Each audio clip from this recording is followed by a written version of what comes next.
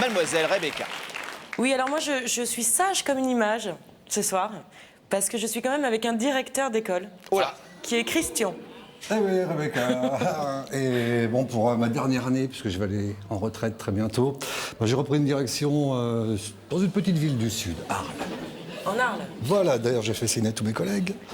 Et Christian, donc en fait, moi, je lui ai donné vos bulletins scolaires de quand vous étiez petit, Pascal et Laurent. Ah bon? En cachant les noms. Oui. Il les a trouvés super bons. Il trouve juste qu'il y a un gros problème de discipline. Il y en a un des deux qui est très bavard. Je pense qu'on va essayer de chercher un peu tous les deux lequel des deux c'est. Merci Rebecca. Continuez à parler de votre cursus scolaire avec Christian. Pendant ce temps, nous allons nous savoir et apprendre ici même qui a une vérité à lui révéler. Une vérité qui est une belle histoire et on va accueillir immédiatement Séverine.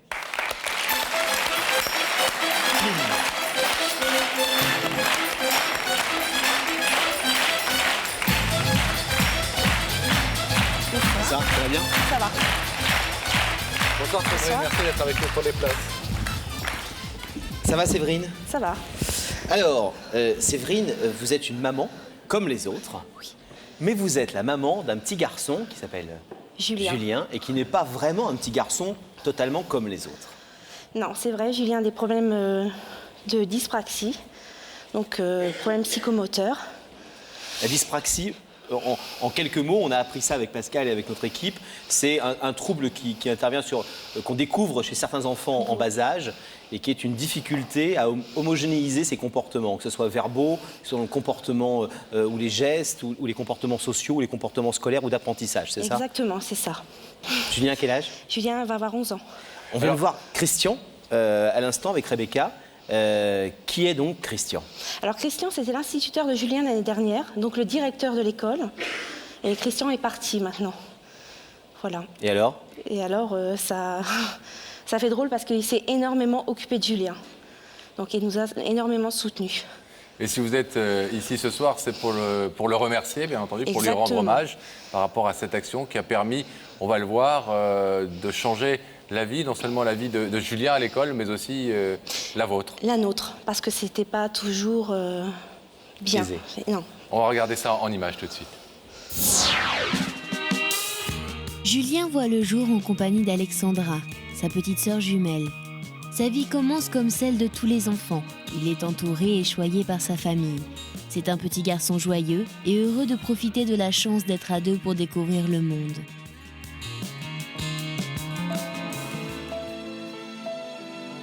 Et puis un jour, tout bascule. Imaginez un corps qui refuse tous les gestes que le cerveau lui ordonne. Anormalement maladroit, Julien est incapable d'exprimer son mal-être et va s'enfermer dans l'agressivité et le refus de travailler à l'école.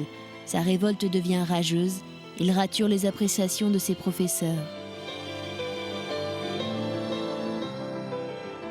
Le diagnostic tombe, un mot barbare, la dyspraxie.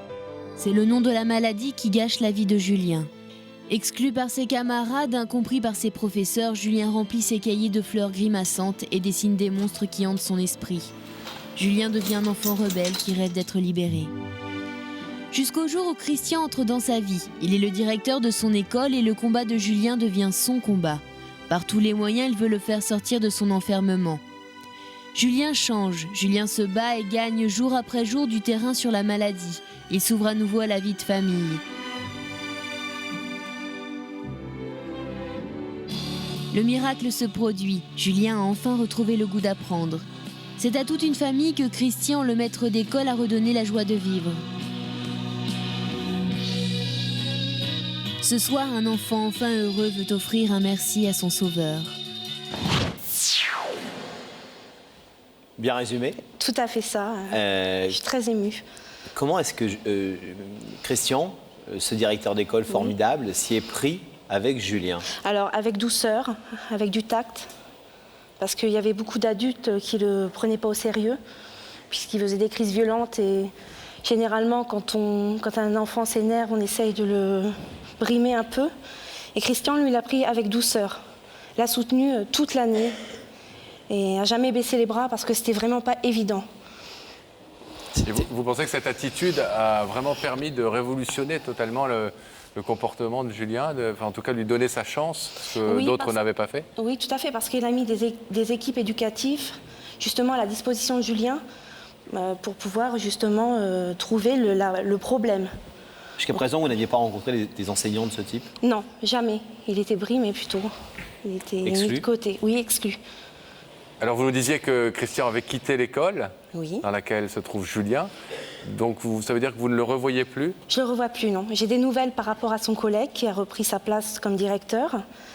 Et voilà, c'est tout. Mais je ne le revois plus. Et comment ça se passe alors aujourd'hui pour Julien? Ça va. Est-ce que d'autres ont pu prendre le relais de ce que faisait Christian? Oui, De ce qu'avait inauguré, initié Christian? Oui, le nouveau directeur qui connaissait Julien de l'année dernière, donc qui a pris le relais de Christian, parce que Julien refusait d'être avec des femmes. Il avait besoin le soutien d'un homme. Donc le nouveau directeur a pris Julien. Et Julien, ça va maintenant. Pourquoi est-ce que vous avez fait appel à nous et pourquoi est-ce que vous avez souhaité remercier Christian ce soir à la télévision? Parce que je pense que tout le monde a besoin d'entendre qu'il y a des enseignants qui ne baissent pas les bras, quoi. Qu'il y en a qui sont là et c'était pas évident, c'était un combat chaque jour. Hein. Oui. Et lui, il était là. Il était là tout le temps. Il venait chez nous le soir pour nous consoler. Pour remonter le moral? Pour nous remonter le moral, pour dire Julien, moi je te comprends et je suis là, Julien. Voilà. Alors, vous nous avez demandé de faire venir Christian. Il est là, vous le savez, il est dans la loge de Rebecca. Et vous allez donc pouvoir, avec Julien, lui dire tout le merci que vous avez voulu lui dire ce soir. On va accueillir Christian de l'autre côté du plateau. Il faut que vous restiez tous les deux silencieux. Hein, on voit Julien qui est derrière vous dans le public. Il faut rester totalement silencieux pour que la surprise soit complète, bien évidemment. D'accord. À tout de suite. À tout de suite. Et nous, on va demander à nos camarades de la technique qui travaillent auprès de Gabriel Coteau, notre réalisateur, eh bien, de nous mettre en contact avec Rebecca. Rebecca, voilà, nous voyons son visage. Vous êtes toujours sur Sur vos nos appréciations scolaires? Ça y est, on les a passés. Je pense qu'on a eu un petit peu de mal à trouver lequel des deux. Et le mieux, c'est que Christian vienne voir de lui-même. Tout à fait. Alors, je vais vous demander Vous avez l'air extrêmement cool tous les deux dans cette loge. Hein. Et on On est pourrait vous super y laisser toute la soirée à la limite. Je vais vous demander de vous lever. Voilà, merci. Et vous allez suivre Sam. Et la vérité est au bout du couloir. Merci.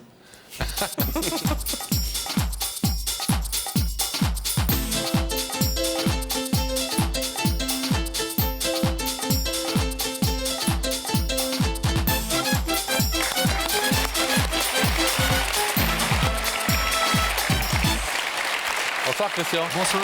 Merci d'être avec nous. Bonsoir, Christian. C'est Asseyez-vous. pas moi qui étais dissipé, je vous promets. Hein. Je ne sais pas. C'est lui, je ne sais c'est pas. lui. Je donnerai ma réponse tout à l'heure. Ça D'accord. dit, il y a les instituts sont plutôt sympas en général, pas trop sévères, mais il y a peu de directeurs d'école qui ont ce côté, le côté jovial et visiblement très décontracté que vous avez. Merci. Ça fait plaisir. Alors vous savez que on vous a fait venir ici non pas uniquement pour examiner nos bulletins scolaires, hein, Laurent et moi, mais parce que quelqu'un nous l'a demandé, quelqu'un qui voulait vous parler, vous dire quelque chose d'important à ses yeux. Est-ce que vous avez une idée de qui est cette personne depuis que vous avez reçu notre invitation? Oui. Vous avez une idée? Non, du tout, du tout. Oui ou Ah, non? il y a cru, hein. Un peu. Des petits doutes. Non, pas vraiment. Non? Non, j'ai cherché, j'ai étudié un petit peu le profil des personnes que je connaissais. Rien. Est-ce que vous voulez un indice? Oui. Alors c'est quelqu'un à qui on a raconté un peu la situation et qui a quelque chose à vous dire par rapport à ça. Regardez. Christian, si tu es là ce soir, c'est parce que tu t'es pas fié aux apparences. Quand on s'occupe d'enfants comme vous le faites, Christian, est-ce que les apparences sont parfois trompeuses? Les apparences sont toujours trompeuses, ça c'est vrai. Et ceux qui se fient aux apparences, à mon sens, sont dans l'erreur. Les apparences, ça veut dire le milieu social, ça peut vouloir dire... Ça peut tout dire, ça peut être l'apparence physique, c'est le rapport avec la personne, c'est le premier contact qu'on peut avoir, c'est des tas de choses. Et vous qui vous occupez d'enfants, par exemple, vous gardez bien de les juger sur le premier abord, sur ce qu'il vous semble apparaître d'eux dans les premiers jours. Oui, parce que si on juge comme ça à l'entrée de jeu, enfin, qu'est-ce qu'on fait? On ferme une porte, on ne laisse plus d'accès. Donc je trouve ça un petit peu dommage. Et puis bon, J'ai tellement connu de collègues qui avaient des appréciations sur certains élèves, et puis au bout de quelques années, on s'est dit, ah mais là je me suis trompé finalement. Alors que si on avait réfléchi un petit peu, et si on avait pris un petit peu plus de recul, je pense qu'on n'en serait pas arrivé là, quoi. Par exemple, de Laurent et moi, ça pourrait être moi le dissipé et Laurent le sage. Je répondrai tout à l'heure. Est-ce que vous voulez, en Je ne attendant, veux pas juger tout de suite. en attendant, est-ce que vous voulez un deuxième témoignage? Oui. Alors on le regarde tout de suite. Je ne sais pas si tu étais un bon élève, Christian, mais en tout cas, tu es vraiment un bon prof. Un ancien élève? C'est quoi un bon prof pour vous, un bon enseignant? Vous pouvez le dire en quelques mots. Alors, en 2 mots pour moi, le bon enseignant, c'est celui qui arrive à retrouver des élèves, plus tard, qui lui disent « Quand j'étais chez toi, j'étais bien ». En fait, c'est réconcilier les enfants avec le milieu de Éducatif. l'enseignement. Tout à fait. Et je crois qu'il faut se mettre à leur niveau, dans un premier temps. Leur donner la main et dire « On y va ». Alors, est-ce que vous voulez savoir, Christian, qui se trouve de l'autre côté de ce rideau? Oui. Regardez cet écran. Son visage va apparaître.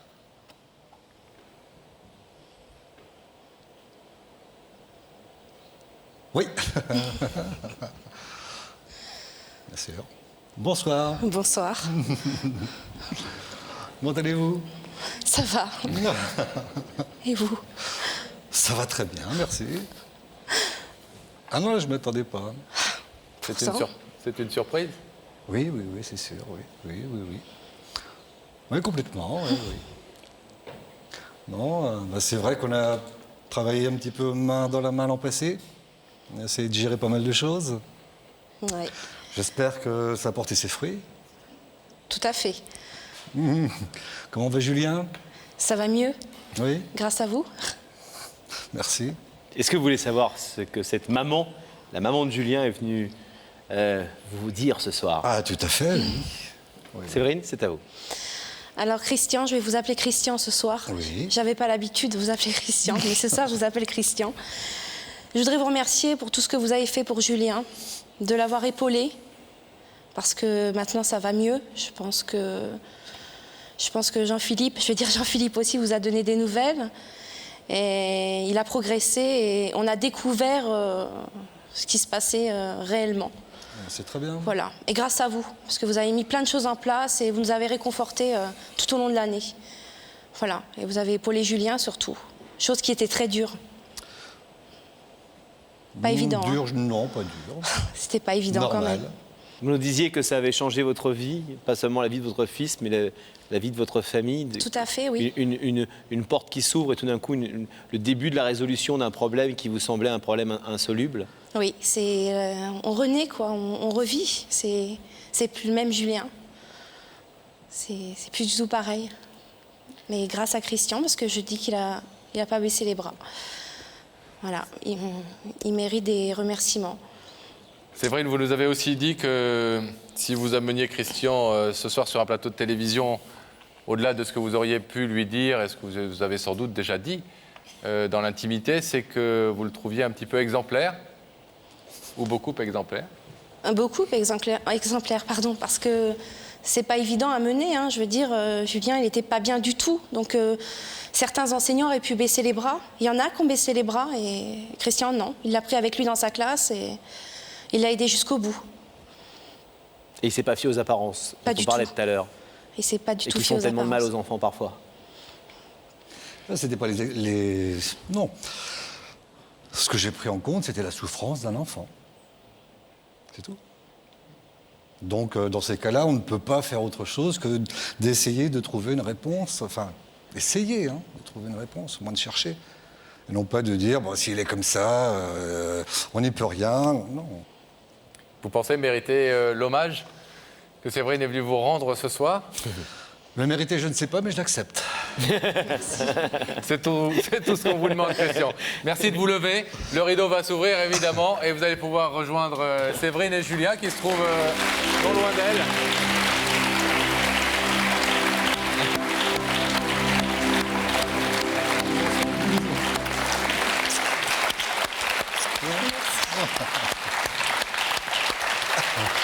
Vous voulez aller chercher Julien, Séverine?